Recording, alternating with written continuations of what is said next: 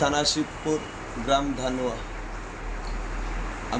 আমার পিতার নাম আবু সাইদ। আমার ভাই 5টা। জমি জামাত সঙ্গত লইয়া সাংবাদিক মানিক আমার উপরে অনাগণত মিথ্যা মামলা আনে।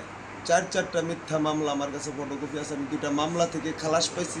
এবারও আবার 2টা মামলা দিছে এবং শারীরিক এবং মানসিকভাবে আমার প্রতিদিনই মারধর করে। তো আমার বিবিরও আমার গর্তে উড়াই দিব, আমার জমি জমার বাঘ নিবগা, আমার পিতৃ সম্পদ থেকে হক থেকে বঞ্চিত করব, নাইলে আমার একবারে মেরে নেব। আমি অনেক থানা তো যাইতেরি না, আমি অনেক বিচার হবাই না। আমি বিচার চাই, এর সঠিক তদন্ত এবং বিচার একটা চাই আমি আপনাদের কাছে। আজকে সকালে আমার মাইরা এই যে এই ঘর দাঁড়াবে, আমার মাইরা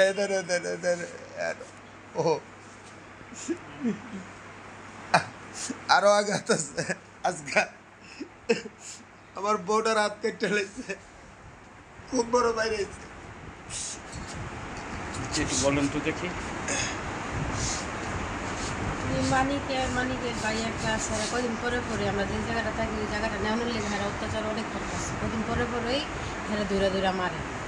আমরা তো উড়ি না কি লেগে, আমরা উঠলে হেরা বাড়ি করবো না। তো আমি হ্যাঁ যদি বাপের পুত হেরা হয়তো বাপের পুত জায়গা সম্পত্তি লইয়া ঝগড়াঝাটি ভালো না। তো তোমরা যখন কও আঙ্গরে বিতে যেতে গেলে তোমরা বিতে যাও, আমরা না তাই না আঙ্গরে যারা আমরা হ্যাঁ যাবো। হেরা বলে জায়গা এটা দলিল করে হেলাইছে। তো দলিল করস করে দিন তোরা বাপের পুত হ্যাঁ তো বাপের পুত তো তোরা যেই মার করতেছে ছাড়া তো হে তো হে মার করতে হয়েছে না। হ্যাঁ বাইবেলে হ্যাঁ পরিচয় দেয় না। বাইবেল যখন পরিচয় না তো জায়গা সময় আজকে লিখে নিতে। আজকে সকালে ঘুরতে বসছে, এক কথা 2 কথা কাটাকাটি। হ্যাঁ বাই আর একটা হ্যাঁ বাইর বউ হ্যাঁ রে মারতাছে। আমি বাইরে এসি মতন পরে আমারও বাড়ি দিচ্ছে, এটা আমার হাত কেটে লাগছে, আমার কোমরে বাড়ি দিচ্ছে, আমার এক সাইড অসুখ ওরও হেরা যায় না। আমি এটা সুষ্ঠু বিচার চাই। আমার স্বামীর তো কদিন পরে দৌড়া মারে। আমার কোন কারণে মারলি? আমি তো তোকে মারতে গেছি না, আমি তোকে বকছিও না, আমি তোকে মায়ের ফিরাইতে গেছি যে কি লিগে মারবি? আমার জামাইরে কি মারবি তোরা? আমি কি ফিরে দিতাম না? এই কারণে তোরা আমার শুদ্ধ মারলি।